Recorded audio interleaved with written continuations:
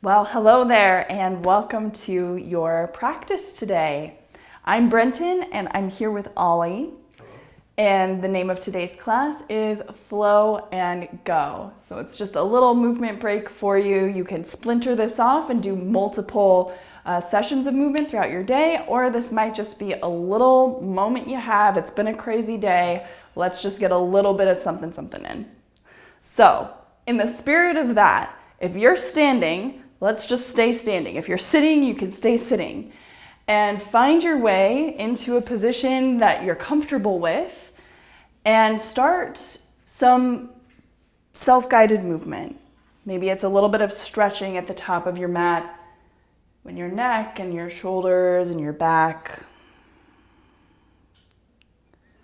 Start to breathe a little bit deeper and take this time to take inventory of how different parts of your body are feeling. If you find that your breath is really constricted or tight in certain areas, maybe you want to shake out a little bit, shaking out at your feet and at your arms.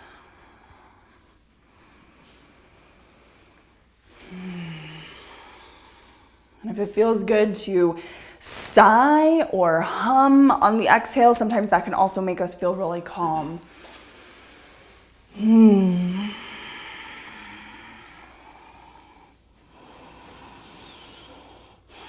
Let's make our way into a forward fold position. So that's hinging over at your hips, your knees any amount bent, your feet can be wide apart.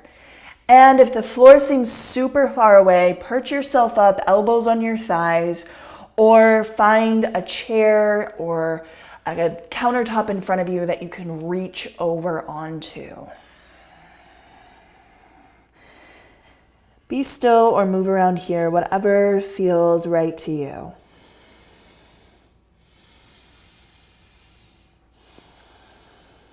Bend your knees some more. Sit your hips back. Come up to chair pose. So chair pose is like your spine is neutral and then the ankles, knees, and hips are all bent like an accordion. Take the hands down to the thighs. Bend and straighten a little bit there. Take your hands up to your frontal hip bones so you can feel where those are. And get your butt to really stick back and your low back to stay nice and long. When you're ready, with the hands still in the frontal hip bones, try to push your frontal hip bones back and up as much as you can, lengthening through the back of the hamstrings as you forward fold over the legs. Releasing and relaxing there. Maybe even nodding no with the head. Knees bend deeply, hips sit way back, using the legs as you float the upper body back into chair pose. So try to feel your feet evenly, feel your legs evenly, all the way into your sweet little hippies. As you feel ready, hands, fingers tucked to the hip bones, push your hip bones back and up as much as they'll go as you hinge forward over the legs. See if it's possible for you to heel toe your feet closer together, maybe even big toes touch. And then see if it's possible to come up onto your tippy toes and slide your pelvis down to your heels so you're in a little tucked ball. And if this is too much on your ankles or your knees, just come down as much as you can, putting a little bit of pressure into the toes, and then really lift your heels up over the balls of the feet. So now you're stretching out the soles of the feet. We're going to see if we can land the butt down onto the floor, taking the heels in front of us and taking the hands back. Push into your hands, lift the hips, and position them so that you feel like your pelvis is upright. You don't want to feel like you're scooped under like this in this position. So you got to use your hands as the helpers they are to really get yourself lifted. And if you feel this now in the front of your hips, wow, you know that you're in a really good spot when you can feel that. So tent the fingers, wrap the elbows toward each other, and at the same time, your front ribs Move them back and up. Now you can stay here, or you can say, okay, maybe I can come into a boat pose. So can you rock back, balance on your sit bones, keep your low back pressing forward, maybe take your legs together. If you feel like your hands would be more helpful down here, keep them down here, that's okay. And breathe. Let's ground the feet. Let's reach the arms forward. Feel them plug into the armpit and feel the shoulder blade on the back. So just get your brain mapping that a little bit. You're gonna grip the floor with your toes, like you're squeezing your toes toward your heels, and start to roll yourself down, curling the front body in, lengthening the ribs all the way down to the floor. When you get there, stretch out.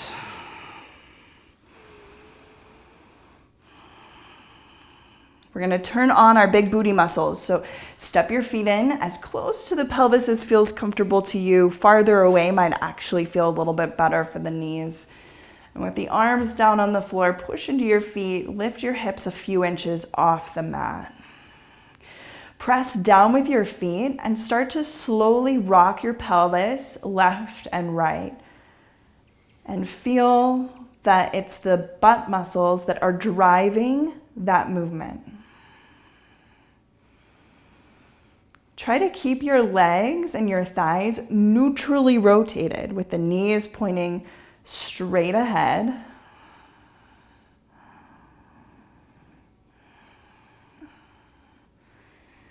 And then see, can you hold it up here in bridge pose? We're really gonna give the brain a good another minute or so to turn on these big glutes. Feel the rib cage draw down and then stretching up through the arms, squeeze in at the fists, and then flick out. Squeeze in at the wrists and then flick out. We'll do this a few times, warming up the hands and the forearms, taking some nice, slow, deep breaths. Imagine that these forearm muscles all the way around the forearm are reaching up into the hands and making the hands move. If it feels okay for your shoulders, reach your fingers all the way up, pause there, feel and breathe, and then keeping your rib cage shifting down to your hips, start to reach your arms long toward an overhead position, stretching out your armpits. So really feel it's like your rib cage is trying to go back down to the floor. It doesn't want to be lifted. And in that way, you're opening up more through your armpits, more through your back. Now let your ribs actually go all the way down to the floor as the pelvis goes all the way down. Squeeze your knees into your belly. Move the knees around, maybe in some circles or really however it feels good to you. Hug the knees into the belly, arms wrap behind the thighs, and we'll start to rock and roll if that feels okay for the spine. Keep your chin tucked. It's going to take a couple of repetitions for you to kind of feel your core pull in, but see if you can come back up to boat. So where you were with the arms behind the legs or back behind you, either one is good. And so feeling this, see if you can breathe. And then from here, we'll cross the feet in front of us, take the hands down to the floor and move the feet back for high plank, top of a push-up. Feeling the position, so keep your jaw soft, your eyes soft, and see if you can feel the fingers grip. The arms work evenly on all sides, up into the shoulder socket, the side of the shoulder blade, body long. Tap both knees down to the ground, but that's really the only thing that moves. So you're trying to keep your spine nice and stable. Neck and throat in line, lift the knees back up. Keep the spine stable as you take the knees down, and then lift the knees up. Take the knees down, lift the knees up. Last time, take the knees down, pause here, walk the knees a little bit more forward so you feel like you're more in tabletop position. And now, elbows down, close together, hands wide or clasped, however it feels good to you. And tuck the knees off the ground for dolphin. So push down through the forearms, feel your arms work on all sides into the armpit, and try to feel them plug into the side of your shoulder blade. Then feel your rib cage, it's pivoting and lifting up into the shoulder blades. Now, shoulders forward, walk the feet back, forearm plank. So feeling the arms work, feeling the front belly work, get the neck and throat in line with the spine. And as you feel ready, knees tap down, pelvis down, release and relax. You did it. Really let the jaw go. Let your belly go on the mat if that feels okay to you. Take a moment. Stretch your legs back. Turn your butt muscles on so that your low back feels like it has a lot of space. That's important. And feel the front of your body lift into the back of your body. So the back of your body feels full, like it's inflated. Keep that sense as you slide the hands underneath the elbows or as far back as you can, with the shoulders feeling like they're in a good position in the sockets. Lengthen the back of the neck. See, can you hover the hands up off the floor? Use the muscles between your shoulder blades. Use the muscles all the way around your upper arm. All of those muscles. Try to find them and turn them on. And now see, can you straighten the elbows behind you? Then can you bend them and hover the hands? Keep the back of the neck long. Let's see, how many more do you got? Can we do 3 or 4 more? Okay, take the hands down underneath the armpits, shoulders lifting. Stay organized, push up to the knees. Tuck the toes, flex the hips, send your pelvis up and back, down dog. Really grip the floor with the fingers there. Move around in any way that feels good to you. Can you keep the chest lifting into the shoulder blades as you pick the right foot up off the ground with the knee bent? And really stay strong in that left hip as you start to move the right knee around in little circles. So don't feel like you have to go balls to the walls here. You can stay nice and small, and sometimes less is more. Go both directions. Now bring the knee in, shift your shoulders forward, keep your hips lifted, step the right foot down, and then begin to walk the left foot forward, shift the shoulders, keep your hips lifted, walk the left foot forward. And just try to do that all the way up to the very top of the mat. If you need to lift your hands at some point and just kind of march forward, that's fine. Scoop the tailbone, push into your feet, roll all the way up to a stand. Reach the arms all the way up. Slide the hands down. One more time, reach the arms all the way up. And this time, hands come down to the pelvis. Let's leave the left foot where it is. Lift the right knee up in front of the body. Try not to lean back here. So let's actually tap the foot up and down a few times. Try to work this standing leg evenly so you don't feel it wobbling left and right. Hands on the pelvis will help your brain map this region and help to understand, okay, my pelvis is different than my leg. Move my leg, not my pelvis. Lift the right knee. We're gonna hinge forward at that left hip, keeping the low back stable, and then stretch the right foot back until we're in a high lunge. So stay lifted on the back toes as best you can, and pull into the pelvis, rib cage up. You decide how it feels good to set your arms. So if you want them down like a cape, like you're flying back, or maybe you wanna reach them all the way up, lengthening through the ribs and the armpit. One choice is not better than the other. The best choice for you is the choice where you can breathe, where you feel calm and steady. We'll meet with the hands down, actually sandwich the pelvis here so you feel the front of the pelvis, it hugs in. The low back presses forward. So the hands literally are sandwiching toward each other. Keep a sense of that and try to keep this stuff underneath your hands stable as you hinge forward over the front leg any amount. Now reach forward, either onto a counter, an ottoman, or down to some yoga blocks or the floor here.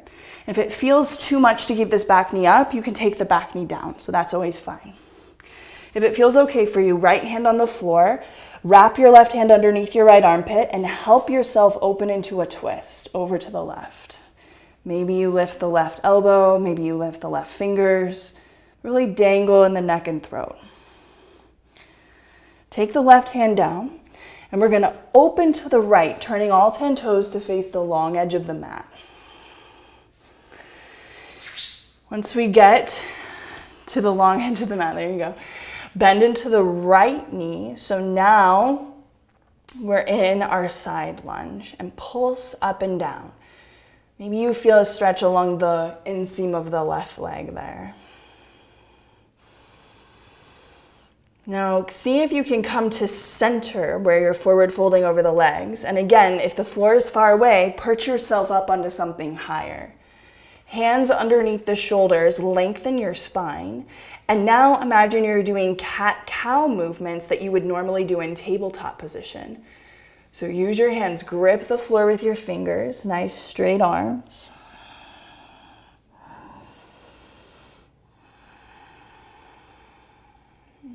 Taking a couple of those.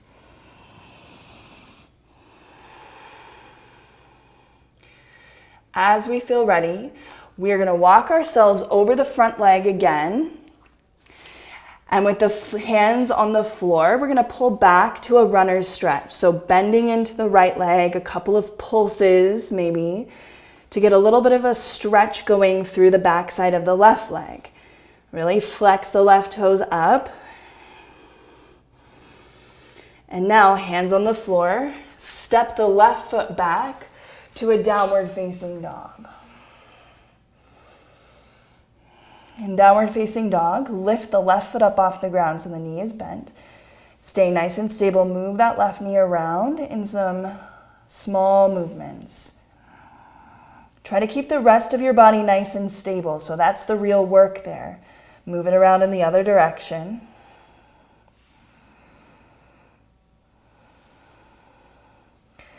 And then bring the left knee in, lift up onto the right tippy toes, shift your shoulders a little bit forward, keep your hips lifted, step your left foot down. Keep doing that same thing. So shoulders forward, hips lifted, right foot down. Shoulders forward, hips lifted, left foot down. And you keep walking up. As you feel ready, bend your knees, scoop your tailbone, curl all the way up to a stand and reach the arms up. Settle with the hands down in front. That walk forward is super tricky from down dog, so that takes a long time. So if you're just in that place where you're just surviving, just survive. From here, let's lift the left knee up.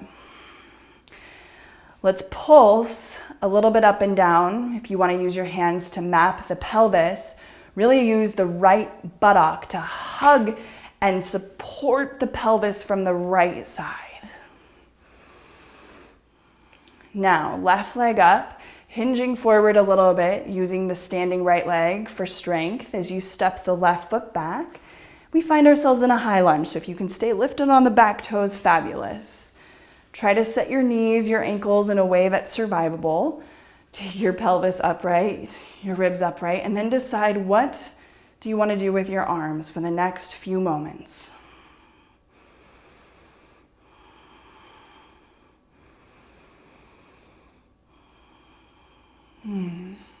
Let's take the hands down and sandwich the pelvis so you can feel all that stuff. Stay put, hinging forward over that right leg, and then with the hands coming to the floor or to an ottoman.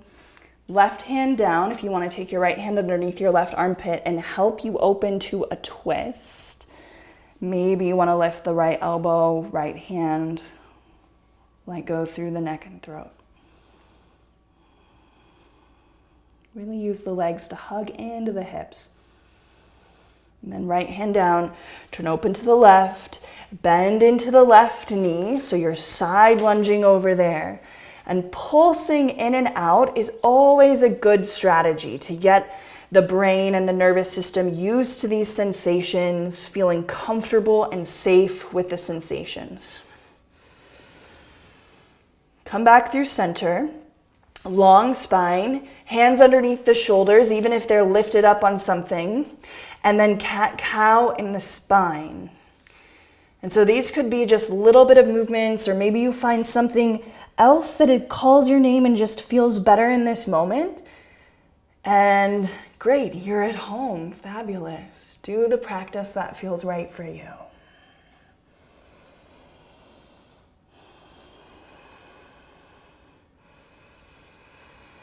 Let's walk ourselves over the front foot And then flex the toes up off the ground, bend into the back knee for a runner's stretch, and pulse a few times forward and backward.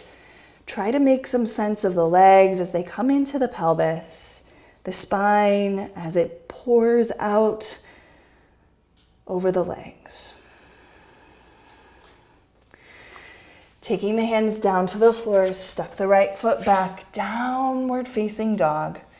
Taking a few deep breaths here. If you're ready for one last dolphin, elbows can come down to the floor. If you wanted to put your knees down to make that happen, you can do that. And feeling the shoulders. So when we go back into our day, whatever you're about to go do, you want to feel like the chest is more open, the lungs are more open, really let go of the head and neck. Bend the knees, take them down to the floor. If you like a child's pose, maybe send your hips back in space for that. Taking the forehead down. If a child's pose doesn't feel so good to you, then feel free to come up to a seat or really move into any other stretching or movement that feels good. I hope you've enjoyed your 20-minute flow and go. Feel free to return to this whenever you please. This can be a standalone practice, or you can put this with pieces of other smaller classes throughout your day to really get a full 60 minutes in today, or whatever you're trying to do. Thanks so much, my friend. I have 3 things for you to do if you haven't already done them. Thing number 1 is to make sure you are subscribed to our weekly letter. That's totally free. That comes out to you on Sundays. You can do that on our website. Thing number 2 is to subscribe to us on YouTube if that's where you're watching this, because it definitely helps us. And then thing number 3, donate if you can. You can do that on our website as well, yogainyourlivingroom.com. Thanks again, everyone. Have a great day. Peace out.